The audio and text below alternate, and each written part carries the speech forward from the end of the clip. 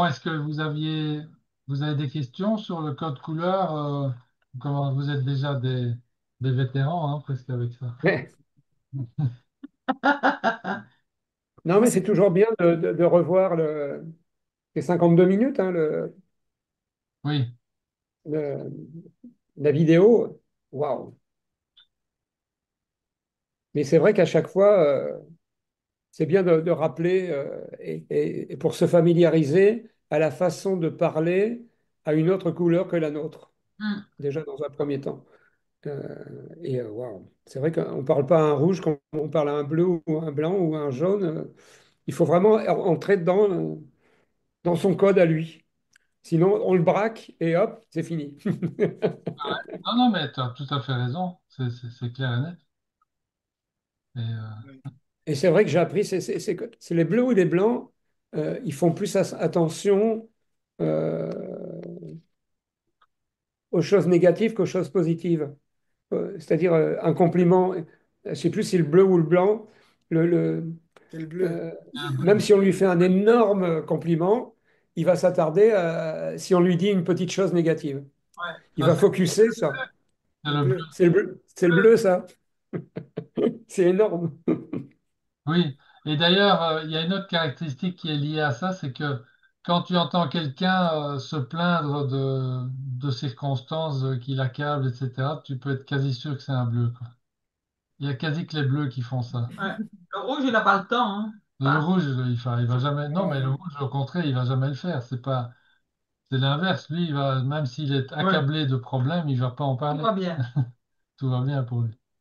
Il va. Ouais, c'est vraiment puissant. Moi, je pense que c'est mon cours préféré en tant que guide, les couleurs, c'est waouh. C'est comme dit DJ, à chaque fois. Moi, j'ai eu la chance d'avoir eu un truc qui s'appelle OPR, mais je pense qu'il a quasiment le même truc. Je sais pas comment le gars il a fait, mais il a dû pomper sur ça. Parce que, à mon avis, c'est plus vieux. C'est pour ça que je voulais savoir comme tu as dit que tu allais faire l'historique. Oui. Parce que lui, il le présente avec des chiffres. Un, 2, 3, 4.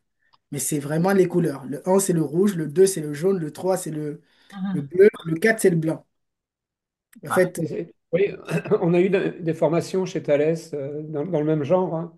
Euh, le MBTI, c'est basé là-dessus, plus ou moins, non? Enfin bon, Alors, peu importe. non, non. Je vais en parler du MBTI, mais non, le Non, MBTI est plus ancien que le code couleur, mais c'est un aspect qui s'intéresse qu'au comportement, le MBTI. C'est beaucoup plus d'accord. superficiel que le code couleur, en fait. Et en fait, ça permet de distinguer les leaders, les suiveurs. En termes de managériat, quand on fait ces formations, c'est pour ou nous faire progresser dans la hiérarchie, ou alors pas nous mettre dans un placard, mais pas loin. Donc, en fait, c'est ça que c'est la façon dont c'est géré. Enfin, c'était géré quand j'étais chez Thales. Ouais, le truc, c'est qu'en fait, ce genre de test, si tu es un petit peu entraîné, tu peux donner les réponses Oui, qui sont celles que recherche le gars Ouais. qui fait l'enquête, quoi. absolument. Mm. Ouais, c'était le IBM, quand on faisait les tests IBM, si on avait appris par cœur les solutions, si on s'était entraîné exprès, on avait des meilleures notes que les autres et bon, on faisait la différence grâce à l'entraînement qu'on avait fait par rapport à ça. C'est ça. Ouais. Euh, voilà, je vous fais un petit résumé de l'histoire du code couleur parce que je trouve que c'est intéressant de connaître le contexte dans lequel tout ça est venu et ça va vous conforter normalement dans le, la force de ce modèle et dans la puissance, l'utilité vraiment très très concrète et pratique de ce modèle par rapport aux autres. Voilà. Alors, bon, donc, cette histoire de modèle, c'est depuis la nuit des temps hein, que les hommes cherchent à décrire, à catégoriser, à classifier le comportement humain. Ça a démarré avec Hippocrate. Hippocrate, en fait, il avait créé un modèle de personnalité qu'il avait basé sur le. Hippocrate, c'est le médecin, médecin. Hein, ok, donc, lui, son truc, c'est Ancêtre de la l'ancêtre médecine. de la médecine, hein, le De la serment vraie d'Hippocrate, médecine. hein, vous vous rappelez, hein, donc tout ça. Donc, on a visité d'ailleurs, si un jour vous avez envie d'aller en Grèce, je vous recommande vraiment le site où il y a, comment s'appelle le site, là, la ville où il y a Hippocrate qui a Évidemment. Épidore. La ville d'Épidore, c'est un lieu magique, hein, c'est incroyable, quoi. Ils ont gardé presque toute la ville ancienne. Ouais. Bon, il y a beaucoup de ruines, mais enfin, il y a notamment des endroits où, souterrains où Hippocrate soignait. C'était pas de la tarte, hein, à l'époque. Je préfère être de nos jours chez le médecin qu'à Il y l'époque, a hein. Asclepios aussi. Il y avait, euh, il y avait une salle dans laquelle il y avait une gigantesque table en marbre. Et dans certaines pathologies, en fait, on te mettait sur cette table, à poil sur cette table en marbre, et tu restais 5 jours d'affilée, dans le noir complet. Enfin voilà. Ah! Et ça donnait certains résultats. Enfin voilà. Donc, assez intéressant quand même. Ils avaient des méthodes très très fortes, ouais. Bon, bref, tout ça pour revenir sur Hippocrate un instant. Donc lui, il crée un premier modèle qui est basé sur la notion de tempérament. Il avait identifié les sanguins, les muqueux, les billes noires et les billes jaunes. C'était les quatre tempéraments auxquels étaient raccrochées certaines pathologies, typiquement. Et du coup, ça l'aidait évidemment en sachant que tiens, tel c'est un sanguin, du coup il faut s'attendre à telle et telle maladie. Enfin voilà. Donc ça c'était la motivation au fond à l'époque. Mais ce modèle a vraiment est resté actif partout, et chez nous aussi jusqu'au Moyen Âge, jusqu'au XVIIIe siècle, parce qu'à partir de là, la médecine a progressé de façon exponentielle. Et donc là, ils ont toujours basé sur cette histoire de tempérament, là, on a retrouvé une nouvelle formule, c'était plutôt les sanguins, les flegmatiques, les colériques et les mélancoliques. Et ça reste encore un peu aujourd'hui ce Hmm. type de catégorie. Je me rappelle que j'avais rencontré un gars qui vendait des compléments nutritionnels qui utilisait ça. Mais bon, ça fonctionnait hein, pour lui. Mais bon. En tout cas, donc là, on est plutôt dans des modèles qui essayent de servir à mieux comprendre le comportement physique des gens au niveau de leur santé, etc. Et alors, par contre, à partir du XXe siècle, là, on a Sigmund Freud, et là, il commence à faire des modèles qui sont liés qui essayent de classifier, de catégoriser les différents types de personnalités. Donc, voilà, donc là, on passe du physique plutôt, ou du médical au psychologique. Voilà, donc alors, il y a à partir de Freud, il y a différents types de modèles, et il y a Carl Jung qui va faire un premier modèle qui va tenir dans le temps, où il y aura les sensibles, les intuitifs, les réfléchis et les sensitifs. Donc, la différence entre sensible et sensitif, sensible, c'est qui est lié au sens, qui utilise le toucher, les sens, le visuel, etc. Le sensi... Non, ça c'est le sensitif par contre. Sensitif. Et le sensible, lui, c'est les Les sentiments, émotions. les émotions, les sentiments.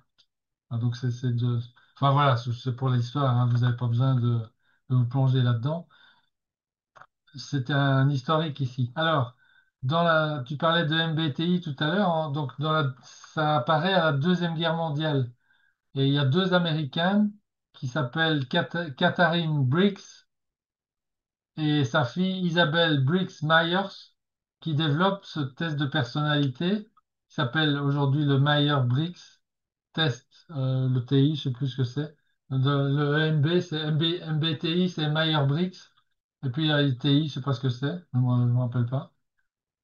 Mais le but, en fait, initial de ces deux femmes, donc on est dans la Deuxième Guerre mondiale, là, hein, donc les femmes doivent se trouver du boulot hein, parce que les maris sont partis à la guerre, enfin voilà.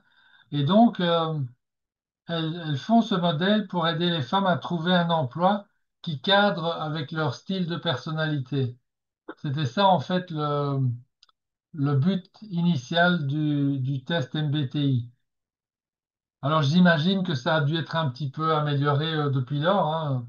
Je ne pense pas que ça soit le test initial de ces deux dames qui sont encore à l'ordre du jour aujourd'hui, mais enfin, c'est l'origine. Il n'y a pas qu'elle, parce qu'en parallèle, il y a d'autres chercheurs. Donc un qu'on connaît, c'est Abraham Maslow, qui développe sa fameuse pyramide des besoins. Ça vous dit, hein, tout le monde connaît ça normalement. Donc ça veut dire, enfin, les humains, euh, ils ont besoin de remplir des besoins dans une hiérarchie très précise. Il faut d'abord satisfaire les besoins physiologiques, hein. Respirer, manger, dormir, avoir un toit pour se protéger, se reproduire, etc. Donc ça, c'est les besoins physiologiques. Et donc ça forme la fondation de sa pyramide. Et puis après, deuxième niveau de besoin, on a le niveau de la sécurité. Il faut pouvoir se protéger à tous les niveaux pour rester en vie. Et puis, il y a le troisième niveau, les besoins relationnels. Et puis, quatrième niveau, l'estime de soi. Et puis, finalement, on est dans la pointe de la pyramide au niveau de l'épanouissement personnel, voilà, développement personnel, etc. Et donc, la théorie de Maslow, c'est de dire que les gens peuvent s'intéresser à des besoins d'un certain niveau si tous les besoins d'en dessous sont satisfaits. Si et seulement si tous les besoins d'en dessous sont satisfaits. Voilà, donc en résumé, il y a une échelle ici.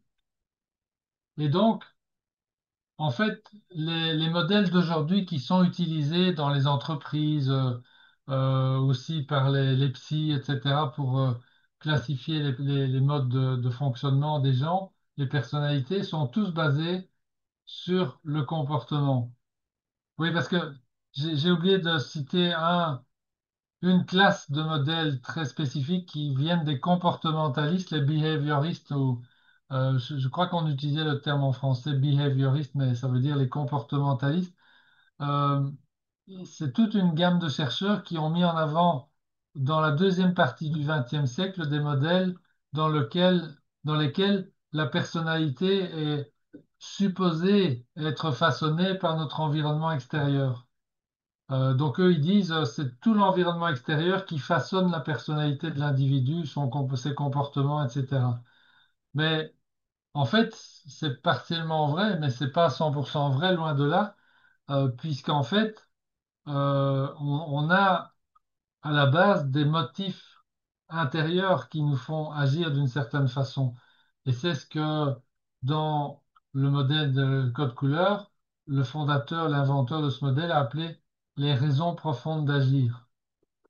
Et si on regarde la manière dont la relation qu'il y a entre les modèles qui sont en vigueur aujourd'hui, dont le MBTI, hein, ce fameux modèle MBTI et les autres, ces modèles sont à ce niveau-là, mais ils sont au-dessus, donc ils regardent les comportements. Voilà. Quelqu'un qui se comporte d'une certaine façon, ben voilà, il est classé de telle et telle façon. Le problème, c'est qu'il y a tout un tas de choses en dessous de ça qui vont expliquer pourquoi la personne se comporte d'une certaine façon. Et ce qui a tout à la racine, c'est la raison profonde d'agir. Voilà. Donc tous ces modèles, si je devais résumer, ils disent en fait, ça identifie ce que font les gens, mais ça n'explique pas pourquoi ils le font. Mais ça, c'est le code couleur. Et ça, le code couleur, en fait, il va adresser ce sujet-là. Voilà, donc en fait, c'est ça le truc, hein. On voit ici le comportement. Ça, c'est la partie visible de l'iceberg. Tous les modèles s'intéressent à ça. Mais en fait, ce qui nous intéresse à nous, avant même ça, c'est la raison Oups, pardon.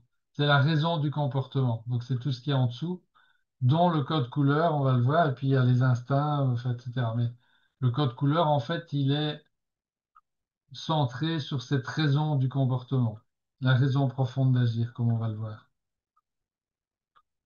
Donc, c'est dans les années 80, j'ai pas la date exacte, hein, mais c'est dans les années 80 que le docteur Taylor Hartman, américain, donc c'est un jaune d'ailleurs, dans son histoire, dans son bouquin, il raconte ça, la galère qu'il a été, parce qu'en fait, il a eu, c'était un psy, hein, donc il a un PhD en comportemental, comportement et leadership, c'est sa spécialité. Et donc, il a exercé son métier de psy pendant des dizaines d'années et il a observé, en fait, lui, il dit dans son bouquin 30 000 consultations. Et donc, très vite, il s'est rendu compte qu'il y avait quatre grands, il pouvait classer ses clients dans quatre grandes catégories sur le plan de leur raison profonde d'agir. Et il s'est centré là-dessus directement. Et après, il a fait des études pour valider sa théorie en regardant si c'était pareil partout dans le monde, s'il n'y avait pas des influences au niveau racial, au niveau culturel et tout ça. Et en fait, non, c'était pareil partout pour tout le monde, pour toutes les, tous les peuples de la planète, c'est pareil. Et donc, du coup, ben, il s'est dit, je vais écrire un bouquin, je vais documenter tout ça.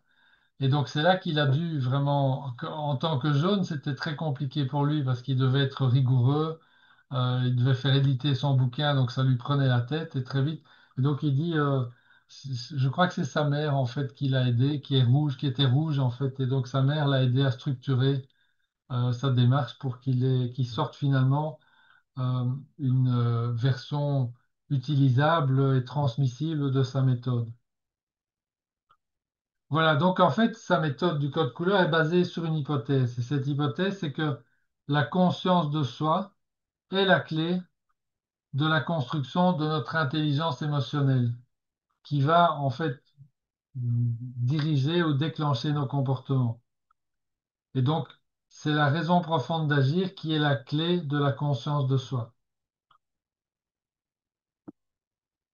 Alors, ici, je pense que ça devient utile de vraiment bien voir la différence entre ce qu'on appelle le comportement et ce qu'on appelle la raison d'agir, la raison profonde d'agir.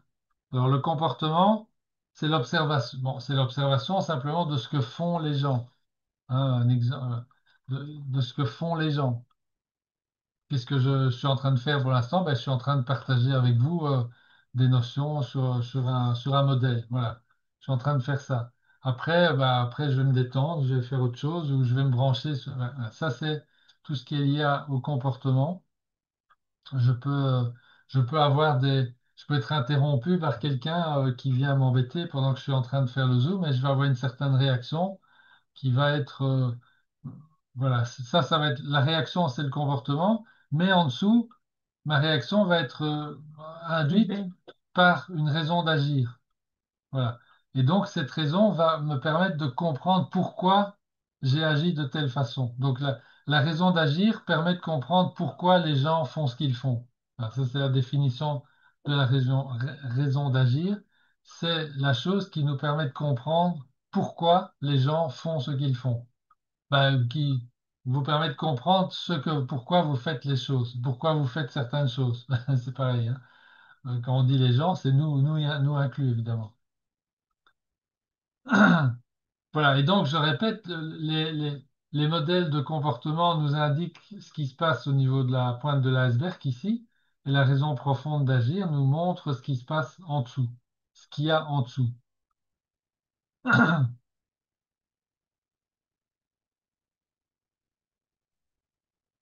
Bon, les raisons profondes d'agir, vous les connaissez par cœur, hein.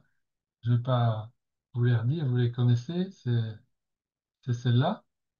Maintenant, il y a quelque chose maintenant, alors, pour expliquer plus en profondeur la manière dont ça fonctionne par rapport aux autres modèles.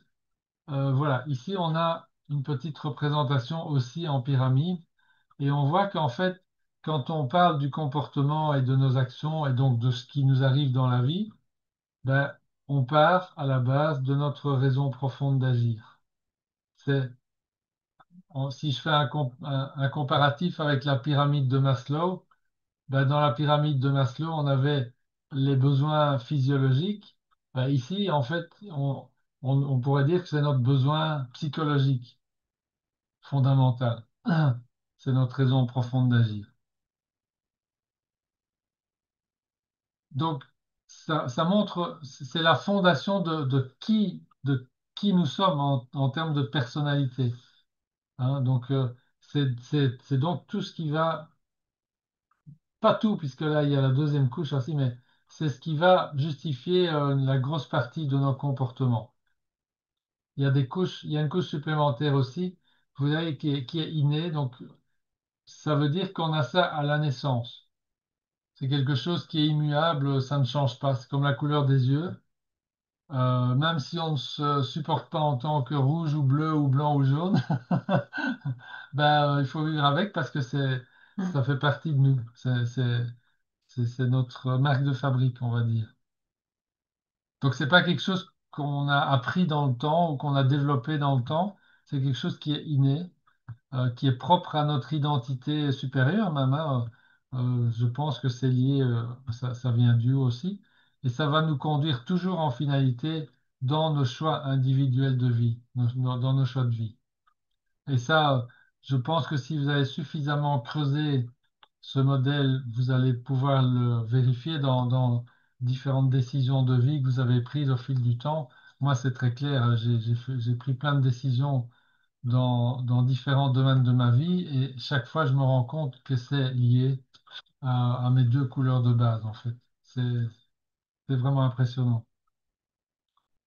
Voilà, donc en fait, vous pouvez même le voir comme la racine de tout ce que vous pensez, enfin, d'important, hein, de tout ce que vous faites d'important. C'est une force motrice, c'est la force motrice de votre personnalité. C'est un peu, au fond, on pourrait dire que la raison profonde d'agir est à notre personnalité, ce que la respiration est à notre corps physique. Vous voyez? Vous n'avez pas besoin de penser à respirer, ça vient tout seul. C'est pareil pour la raison profonde d'agir. C'est complètement subconscient, automatique. Voilà. Alors, ce que vous savez aussi, bien sûr, c'est qu'il y a associé à la raison profonde d'agir aux quatre modèles différents, ici, il y a des forces et des limitations, il y a des besoins et des désirs qui sont liés à chacune de ces raisons profondes d'agir. Et donc, si vous ne l'avez pas encore fait, moi je vous recommande vraiment d'apprendre en détail et de passer un petit temps à étudier vraiment quels sont les besoins et les désirs de chacune des raisons et aussi les forces et les limitations parce que ça va vous aider déjà pour vous-même, mais aussi dans vos relations avec les autres, quand vous repérez et vous identifiez la raison profonde d'agir chez votre interlocuteur, ben le fait de connaître déjà les forces et les limitations, les besoins et les désirs, ça va vous aider dans votre communication.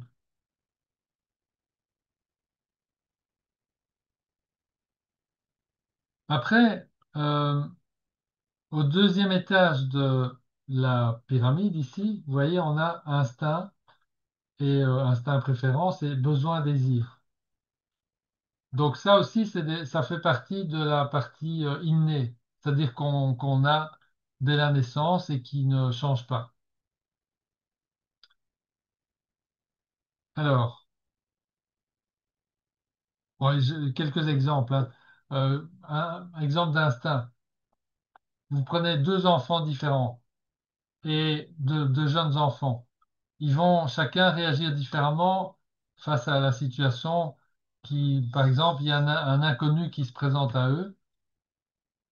Vous pouvez le voir comme bébé ou comme petit enfant ou comme adolescent. Quand un inconnu se présente, la réaction ne va pas être la même d'un enfant à l'autre. Voyez, s'il prend un bébé, eh bien un bébé, par exemple, il y a des bébés, ben, ils vont vous envoyer un sourire à tous les coups. Il y a d'autres bébés où ils vont pleurer. Ou si c'est un petit enfant, ben, le premier, il va se réfugier dans les bras de sa mère, puis l'autre, il va venir vous titiller les genoux, parce qu'il n'arrive pas plus haut, etc. Vous voyez, en fait, donc, ça, ce sont des exemples qui sont liés à des instincts de base, qui sont les nôtres, à la naissance. Alors, en fait, ces deux couches ici vont en fait déterminer aussi des traits de notre personnalité du style euh, tendance à la dépression, tendance à la critique ou à la prudence, ou à être nonchalant, ou au contraire à être assertif, ou à être enthousiaste, ou à être extraverti ou introverti, etc. Ou à être rationnel, ou plutôt émotionnel. Voilà, donc tout ça, en fait, ce sont des traits qui nous sont, qui nous arrivent à la naissance et qui vont caractériser tout au long de notre vie, de différents aspects de notre personnalité.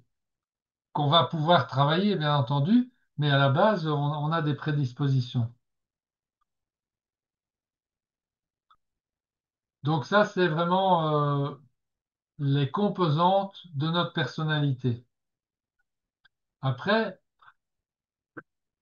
il va y avoir une série de filtres ouais, qui vont se brancher sur cette partie innée de notre personnalité. Et ces filtres, évidemment, ils vont découler de notre environnement. Parce qu'au fur et à mesure qu'on grandit, on va être influencé par toutes sortes de sources extérieures, hein, et ça va être notre histoire personnelle. On va, et alors, en fait, ça va influencer évidemment aussi nos comportements, parce que, euh, et ça pourrait même rendre parfois, dans certaines situations, j'ai plein d'exemples à vous donner, vous en connaissez sûrement aussi, mais ça peut parfois même cacher de l'extérieur et même à nous-mêmes notre raison profonde d'agir, tellement ces filtres vont avoir un impact important. Mais ça ne veut pas dire, c'est pas parce que notre raison profonde d'agir est occultée par des filtres qu'elle n'est plus là. Elle est toujours là. Et donc, ce qui se passe quand notre raison profonde d'agir ne peut pas s'exprimer de façon naturelle, mais inévitablement, à un moment donné, ça va se ressentir dans notre qualité de vie, puisque on va ressentir un décalage, on va pas se sentir aligné avec nous-mêmes, on va sentir des choses qui vont pas. Voilà. Et donc, aujourd'hui, ben, ça devient, enfin, pour ceux qui ont ce modèle bien en tête, ça devient facile, hein, évidemment. Ça nous ouvre évidemment tout de suite des compréhensions. Et le fait de passer le test, d'ailleurs, au départ, j'ai un exemple concret hein, d'une amie avec qui je travaillais depuis des années. Euh, Elle s'appelait Liane, enfin, elle s'appelle Liane, elle est toujours en vie, mais on se voit plus tellement ces temps-ci. Et Liane, en fait, je la voyais comme une blanche, mais très très ancrée, hein, vraiment dans la logique, peu extravertie, enfin peu communicante, mais très très centrée sur ce qu'elle a à faire, etc., et très consciencieuse et tout ça. Et alors un jour, ben, le test couleur arrive, j'ai cet outil, et je lui dis, tiens, mais vous voyez, si tu veux, passe le test. Et elle passe le test, et en fait, son test démontre très clairement qu'elle est jaune, que sa raison profonde d'agir, elle est jaune. Et là, tous les deux, on se dit, waouh, mais ça correspond pas du tout. Sauf que elle dit, mais si, pour moi, ça me parle ce truc. Oui, oui, j'ai toujours ressenti. Et alors, elle prenait évidemment les besoins et les désirs qui sont associés dans le modèle au jaune. Elle dit, mais tout ça, ça me parle, enfin. Mais, et donc, très peu de temps après, je vais, je l'accompagne en fait dans sa famille. En fait, elle est luxembourgeoise. Ouais.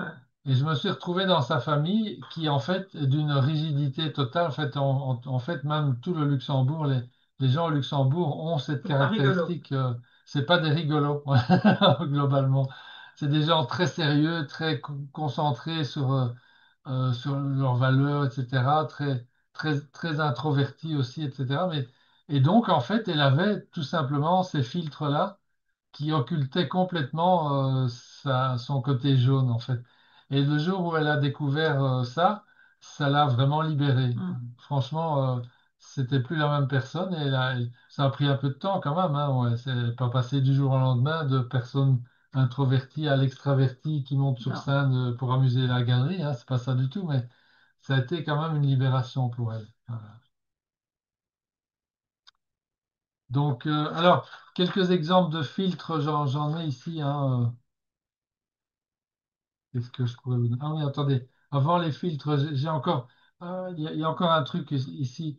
Donc, pour vous dire qu'il y a plein de situations qui font que les gens peuvent être déconnectés dès l'enfance, surtout à partir de l'enfance, de leur raison profonde d'agir. Ici, dans le bouquin de Hartmann, il y a un exemple notamment d'un enfant qui a, en fait, qui est blanc, mais il naît dans un foyer de rouge. Père et mère sont rouges. Donc, en fait, responsabilité, le travail, aussi être fort, etc. Mais le problème, c'est que le, le blanc, en fait, dans ses caractéristiques, il a la gentillesse et la tolérance comme force naturelle. Et ces deux forces-là, en fait, c'est considéré par les rouges comme étant des signes de faiblesse. Donc l'enfant, il grandit là-dedans toute sa vie, enfin toute son enfance, son adolescence, jusqu'à l'âge adulte. Et quand il cherche à se reconnecter à sa raison profonde d'agir, en fait, il se retrouve confronté à un problème parce que ces forces, en fait, sont considérées comme des faiblesses. Et il se voit comme un rouge, puisque pour lui, c'est la seule manière valable de se comporter. Donc, lui, il s'est chopé un énorme filtre rouge sur sa raison profonde d'agir, sur sa personnalité, et ça va forcément, je vous fais pas un dessin, ça va influencer sa capacité à grandir dans l'harmonie, etc. Donc, s'il parvient pas vraiment à s'aligner à temps sur ses vrais besoins profonds, bah, il va finir par être complètement frustré et ça va donc forcément impliquer des répercussions négatives dans sa vie de tous les jours. Voilà, et donc, des filtres de ce type-là, évidemment, vous pouvez en imaginer des sommes incalculables. Il est même probable que vous-même ayez subi, enfin, bon, si je peux utiliser ce terme-là, ce type de situation, hein, parce qu'on grandit tous dans des familles qui n'ont pas les mêmes couleurs que nous en général, hein. Euh, il y a des exceptions, hein. Enfin, souvent, les aînés, ils ont la couleur. Par exemple, le fils aîné a souvent la couleur du père, la fille aînée a souvent la couleur de la mère. Enfin, voilà, ça se constate quand même assez souvent, heureusement. Je ne sais pas pour vous si vous avez des enfants, mais, ou si vous êtes vous-même par rapport à vos parents, si vous avez pu observer ça. Mais en tout cas, voilà. Après, donc là, je vous ai donné des exemples au niveau de l'environnement familial, mais donc des filtres, il y en a un paquet, vraiment. Euh, il y a les différences hommes-femmes. Bah, je suis un homme, donc un homme doit se comporter de telle façon. Une femme, si je suis une femme, bah, je suis supposé me comporter de telle façon. Enfin voilà, ça c'est typique. Alors il y a les religions qui peuvent impliquer plein de trucs. Les notions de créativité, où je suis plus créatif, je suis conventionnel, je suis pratique, je suis conceptuel. Enfin, il y a des tonnes et des tonnes de situations, de filtres qui font que notre raison profonde d'agir peut être, disons, tempérée ou même occultée par tout ça. Il n'empêche que c'est Kamamel qui forme la fondation et du coup, c'est très très important d'en prendre conscience le plus vite possible pour soi-même et aussi pour les... Ben, là, si vous avez des enfants, ben, je pense à toi notamment, hein. Je pense que tu n'as pas attendu que je t'en parle pour appliquer les choses vis-à-vis des enfants parce que c'est vraiment génial de pouvoir, dès l'enfance, les aider à pouvoir s'exprimer en fonction de leur raison profonde d'agir, quoi. C'est Je me un pose toujours cadeau. la question, quelle est leur couleur, de toute façon, mais j'essaye de regarder, c'est encore petit pour passer le test, mais Ouais. je suis en train de dire ouais, quelles sont leurs couleurs. Rappelle-moi quel âge ils ont en fait. Attends. 8 et 5 bientôt, en novembre.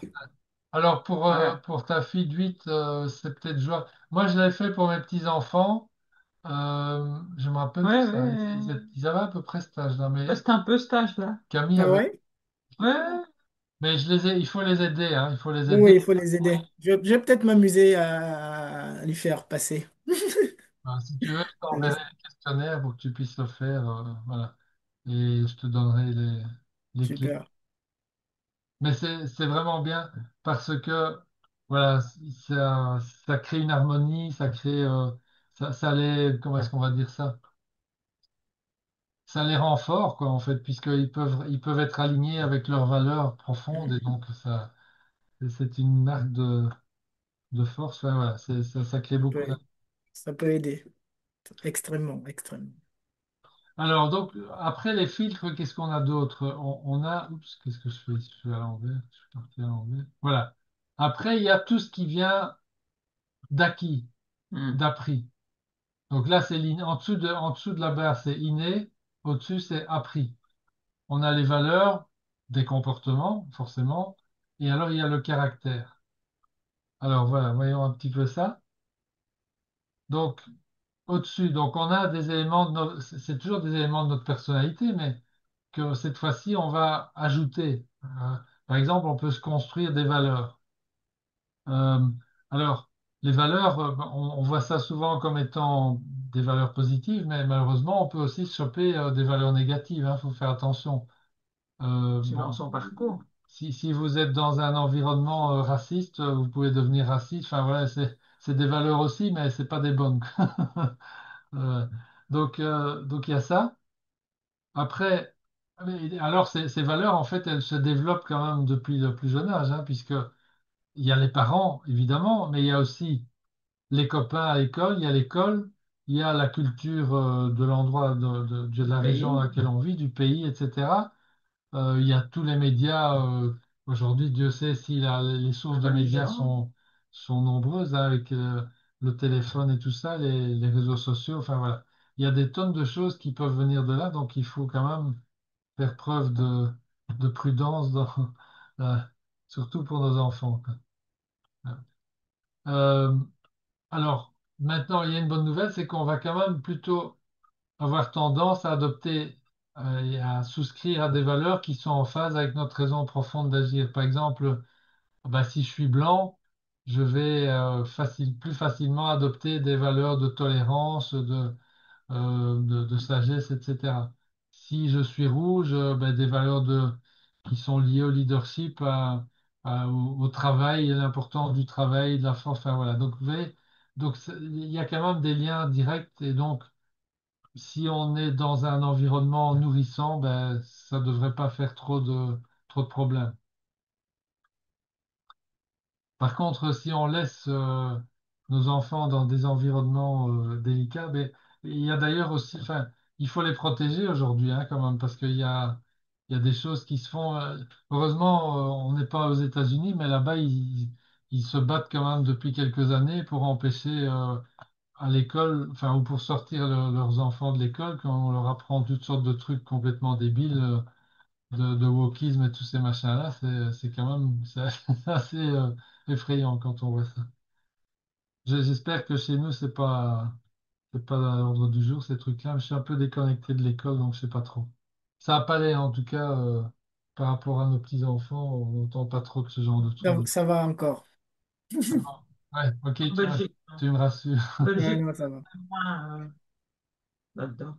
Oui, parce qu'en fait, il n'y a rien à faire. Si on est exposé trop longtemps à certains concepts, on se les avale, On hein. les déstabilise. C'est d'ailleurs le principe même de la clé de la maîtrise qu'on apprend, pour adopter des Ah, nouvelles habitudes, etc., quoi. Ok, donc qu'est-ce que je dois encore dire là-dessus? Donc les comportements, oui. Donc il y a toutes sortes de comportements, je vous ai dit, qu'on peut se construire, qu'on peut donc transformer en habitude, je viens de le dire. Euh, et donc ça va se mettre en superposition de tout ce qui est inné. Et en finalité, on a euh, le caractère. En fait, il est au sommet de la pyramide. Et ça, de la pyramide, c'est le niveau idéal de développement personnel, on va dire, puisque là, dans le cadre du code couleur, ce qu'on va chercher à faire, c'est d'acquérir les forces et de se débarrasser des limitations, mais surtout d'acquérir les forces des autres raisons profondes d'agir qui sont complémentaires à la nôtre. Et donc, le fait de devenir un caméléon, ça arrive quand on a réussi finalement à, disons, à développer les forces qui sont des quatre couleurs, du blanc, rouge, des quatre raisons profondes d'agir. Et là, on est devenu un caméléon extrêmement performant dans tous les domaines. Je regarde si j'ai encore d'autres choses à vous partager là. Ouais, donc ici, il y a une nuance effectivement que je vous donne comme ça, vous savez, mais c'est pas, je sais pas, si jamais il y a une question dans le quiz par rapport à ça, je me rappelle plus, je vous le dis quand même. Euh, donc, si vous êtes, supposons que vous soyez jaune, et que vous acquérez la capacité d'écoute, ce qui n'est pas du tout le profil type du jaune. Enfin, la capacité d'écoute, c'est pas dans les compétences du jaune à la base, c'est plutôt dans la compétence du blanc. Mais, ok, vous vous êtes entraîné et vous avez acquis cette capacité. Donc là, on va dire que vous avez développé le trait de caractère du blanc, c'est-à-dire la capacité d'écoute. Maintenant, prenons le cas, vous êtes toujours jaune. Eh ben, je prends le cas de mon amie là, dont je parlais tout à l'heure, parce que ça, c'est un cas vécu. Elle est jaune. Sauf que ben, toute sa jeunesse, toute son adolescente, elle a grandi dans un milieu qui est plutôt voilà, pas du tout extraverti, pas du tout rigolo. Enfin, c'est pas gentil de dire pas rigolo, hein, parce que c'est pas vraiment. C'est des gens qui sont euh, pas extravertis, ils sont pas dans l'expression de l'enthousiasme et tout ça, quoi. Ils sont toujours sérieux. Enfin, voilà. C'est comme ça. Ils sont comme ça. Et donc, elle a grandi comme ça aussi. Mais le jour où elle prend conscience qu'elle est jaune au fond d'elle et qu'elle développe enfin, elle laisse ressortir son caractère enthousiaste, exubérant, etc., là, on va pas parler de trait de caractère. On va dire qu'en fait, elle a reconquis en quelque sorte une force de base, si vous voulez. Donc là, on n'est pas c'est pas un trait de caractère supplémentaire qu'elle a acquis, c'est qu'elle a retrouvé un caractère fondamental de sa raison profonde d'agir. Bon, c'est une petite nuance, hein. En fait, à la base, on s'en fiche un peu, hein. L'idée, c'est quand même de développer un maximum de force de toutes les facettes qui existent dans la nature. On va dire ça comme ça. Voilà. En tout cas, travailler notre caractère en accumulant les points forts des autres couleurs, c'est une façon intéressante de travailler. Voilà, voilà. Voilà. Donc, finalement, si je devais résumer l'intérêt de travailler ce code couleur, si vous ne l'avez pas encore vu, mais je crois que vous l'avez vu hein, depuis un bout de temps maintenant, mais ça c'est pour ceux qui vont regarder l'enregistrement, notre personnalité, eh ben, elle affecte en fait tous les compartiments de notre vie. Hein. Et donc, se connaître, connaître sa raison profonde d'agir, bien se connaître au niveau aussi de nos instincts, de nos valeurs, etc., c'est euh, un, c'est un atout puisque ça va développer notre capacité d'adaptation, euh, notre capacité à mieux nous relier aux autres, à mieux communiquer, euh, et avoir de meilleures chances de comprendre l'autre aussi, puisqu'on va développer notre capacité de compréhension des autres raisons profondes d'agir. Et voilà. Donc, tout ça, en fait, va nous aider en finalité à vivre mieux et à avoir une vie plus harmonieuse avec notre entourage et donc aussi à faciliter le retour du collectif humain vers un meilleur environnement. C'est vraiment là-dedans qu'on est hein, aujourd'hui, plus que jamais, ça c'est sûr. Voilà. Alors, un point aussi, je terminerai là-dessus parce que euh, il n'y a que quatre codes couleurs, hein, il n'y a que quatre raisons profondes d'agir, tout comme tous les visages humains n'ont que deux yeux, un nez, une bouche, mais exactement comme le fait il n'y a pas deux individus qui sont les mêmes sur le plan du visage, il n'y a pas non plus deux individus sur la planète qui sont les mêmes par rapport à leur façon de fonctionner. Même s'il y a des tendances, en général, enfin pas en général, nous sommes tous uniques sur le plan de notre code couleur complet, si vous voulez. On a une raison profonde d'agir, et puis on a les autres couleurs qui vont influencer de façon nuancée et de façon différente suivant les individus. Voilà, c'est aussi donc différencié dans le code couleur au niveau des gens que leur physique. Voilà, donc je ne sais pas s'il y a des questions, s'il y a des commentaires ou des remarques, mais je vais vous donner ce petit aperçu du code couleur en complément des aspects pratico-pratiques hein, qui sont vraiment, j'insiste de nouveau là-dessus. Apprenez-les si ce n'est pas déjà fait, parce que c'est vraiment fondamental de travailler ça à notre niveau personnel et aussi en relation avec les autres. J'avais une petite question. Le livre de Taylor Hartman, là, il est traduit ou pas? Non, il est Non. malheureusement pas traduit. Alors, et c'est une brique, hein. J'étais à deux doigts de me lancer, mais bon, 500 pages, Cryptis, c'est vraiment Ah ouais. absolument passionnant, mais c'est juste infernal, quoi. Écoute, On va recevoir un quiz alors? voilà, je vais vous envoyer le quiz qui va porter sur ceci, plus le code couleur aussi, bien entendu. Je vais le mettre en route là, il est prêt, hein, donc j'ai qu'à vous passer le lien. Mais d'ailleurs, je me demande si je peux pas mettre le lien tout de suite ici. Ça sera votre récompense d'avoir été présent. Il y a 8 questions. Alors, ah oui, j'ai parlé. En fait, à chaque question, il y a une réponse préférentielle. Il n'y a pas une bonne réponse et trois mauvaises réponses. Il y a une réponse qui est meilleure que toutes les autres.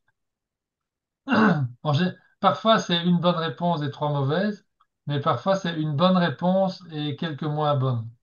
Voilà. J'ai regardé dans Google un MBTI. TI, c'est Type Indicator. Type indicator. OK. Myers-Briggs Type Ouais. Indicator. Merci. Moi, j'ai pas pris le temps d'aller voir. Merci. Moi, j'avais le temps. Non, tu as pris le temps. J'ai pris le temps. Ouais. J'ai pris le temps. Et puis pour tous les autres, je vais plutôt mettre sur la plateforme. Je pense que je vais plutôt vous proposer de faire ça collectivement, de mettre quelques DBE un peu problématiques pour que vous puissiez chacun vous faire ouais, échanger là-dessus. Enfin voilà. Parce que c'est toujours, plus on en fait, plus on se perfectionne. Et je me rends compte que pour moi, c'est devenu vraiment tellement fréquent. Enfin, je le fais depuis tellement longtemps que ça devient presque automatique de voir où sont les points faibles et savoir comment guider la personne au mieux, etc. Ouais. Donc, voilà, de nouveau, plus on en fait, plus on devient bon là-dedans. Mm. Parce que c'est vrai que si vous êtes en situation réelle, ça peut être un peu stressant de temps en temps, parce que soit vous n'avez pas trop le temps, il y a d'autres choses dans Ouais, la vie, tac, parfois c'est mais il compliqué. faut le faire dans un certain délai, et puis enfin, comment je réponds à ça, ou, enfin, etc. Donc ça peut être un peu stressant par moment. Voilà. Donc, du coup, je vais mettre en ligne sur la plateforme dans l'espace guide quelques perles pour vous faire la main. OK. Ok, Ok. ben voilà, donc merci à vous. Bonne Ciao, soirée. ciao. Bonne soirée. Ciao. Bonne semaine. À À vous aussi. bientôt. Merci pour tout. Salut DJ. Ciao. Bonne soirée tout le Ciao. monde. Salut. Ciao.